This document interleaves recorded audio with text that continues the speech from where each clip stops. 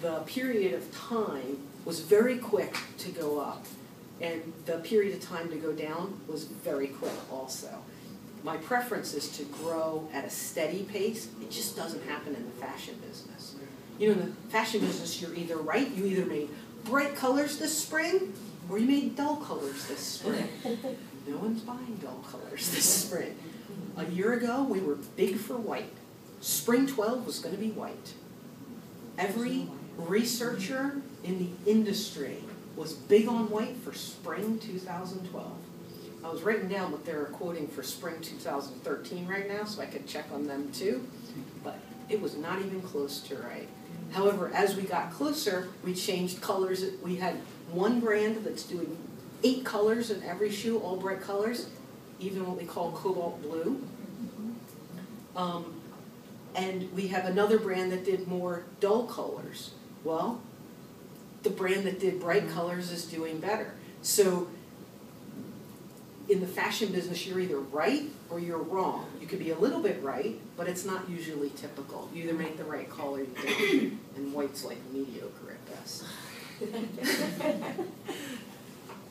are you gonna do? So how many, you know, I am interested in the shoe part of it. Like, do you have a lot of brands? Do you do the design, the production, and the sales? Excellent question. I don't do any shoe design, and if I did, we would not be in the shoe business. I tell everybody that because I'm sort of the black sheep of my family. This is as good as it gets on dressed up, which is why it would be even funnier if I showed up in a black dress. I have like the world's greatest hiking boots, just so you know.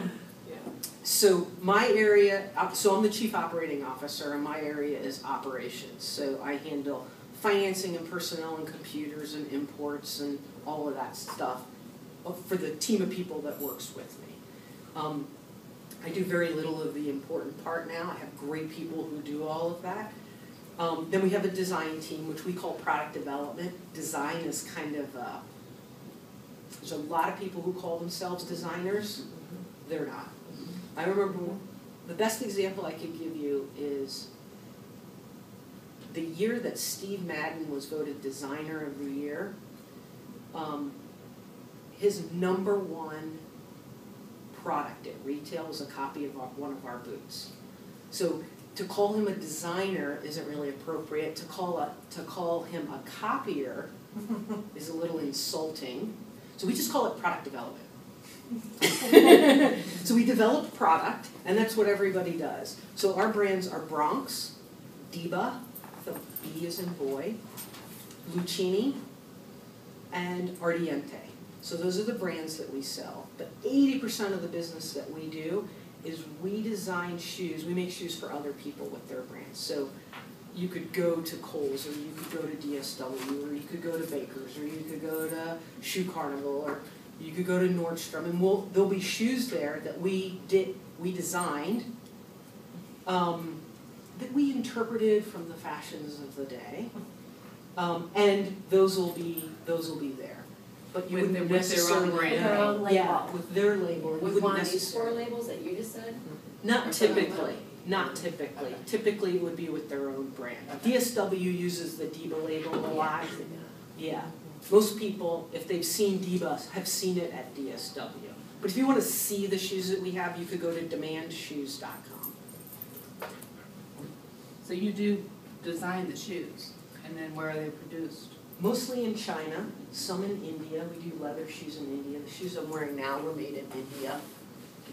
Nobody takes their shoes off except for someone in the shoe business. Aren't these great? They're like very unique. You'd wear them in spring. Like, who designs spring boots? We do. Who designs them in orange? We did. We got lucky because of the bright color thing. Yeah. You know what I mean?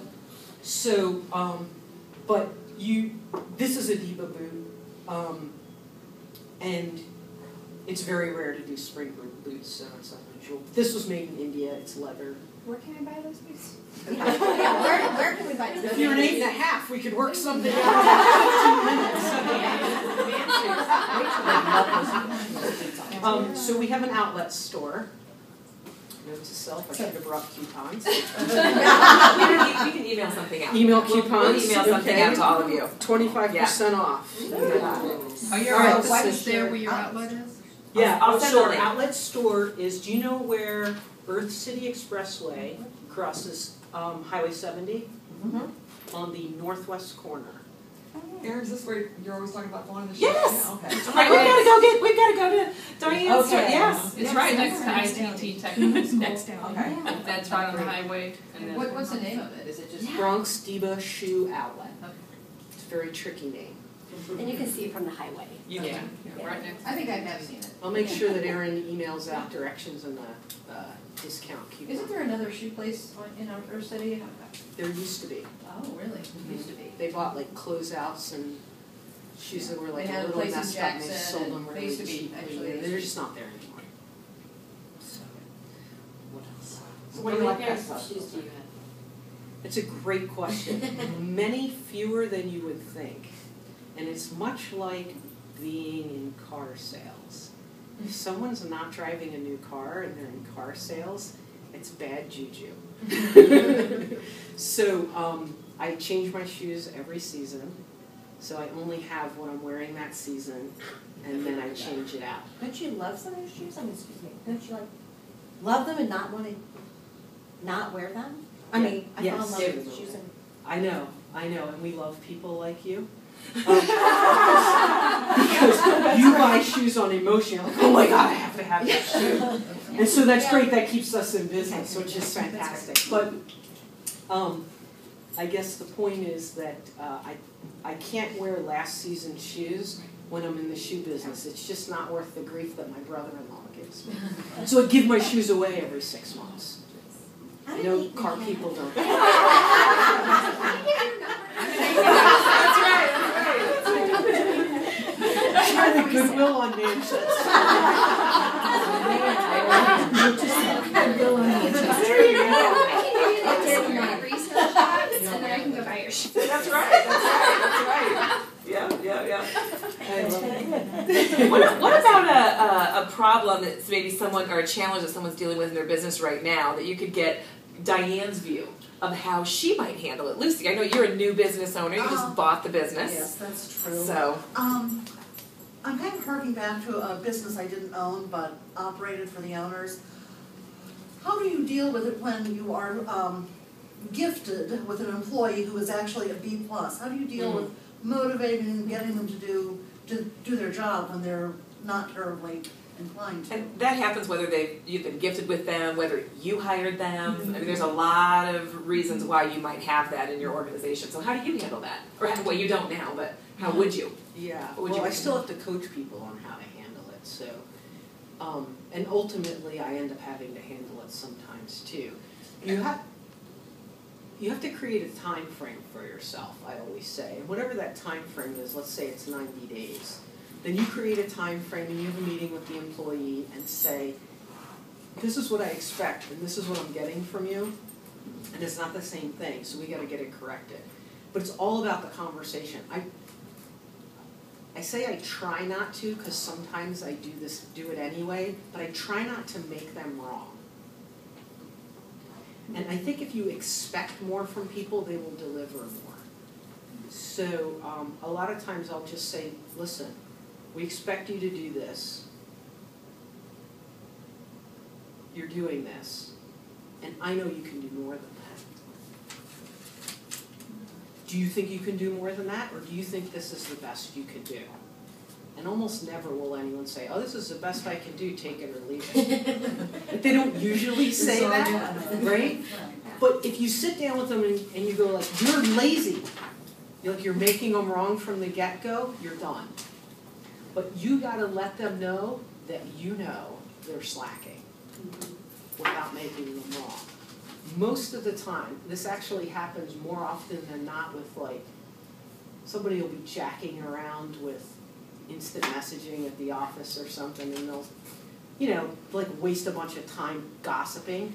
I print it all out, like I have my computer guy watch over that stuff once a week. Yeah, it's company stuff, right?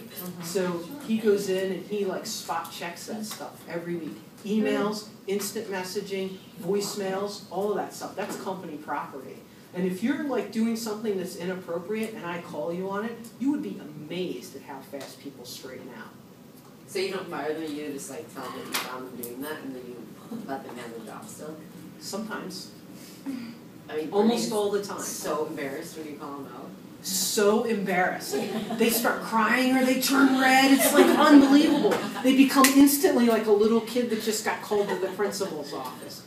So I believe people are good by nature. Some people believe that, some don't.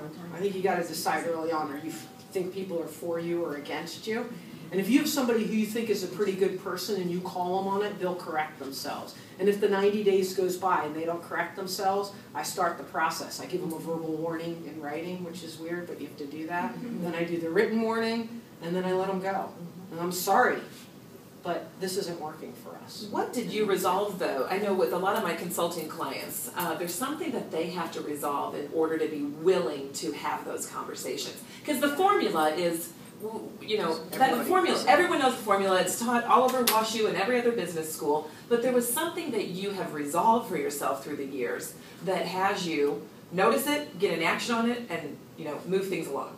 So what is that? See, this is why she's good, right? So what it is you have to be willing to be straight, just like to tell people what they're doing and let them know you know it. There's some sort of a thing where the boss doesn't really want to tell them the whole story. They want to keep something secret, and that doesn't work. And not make them wrong. So I used to just start screaming, you know what I mean? I just start yelling at somebody. What are you doing? It's ridiculous. And then all of a sudden they're on the defensive. You can't even have a conversation with them now because I'm a stark raving lunatic, right? And they're going, I didn't do it, it wasn't me. You know, so there's like, you can't resolve anything. But I think the key is to take the emotion out of it, just be straight with them, let them know that you know what's going on, and let them know you think they're better than that. And people want to be better than that, I think. So I'm working with them, not making them wrong, and to try to alter their behavior. Yes. Yeah. Does that? Yeah. I have a question. What has been your biggest challenge with the business?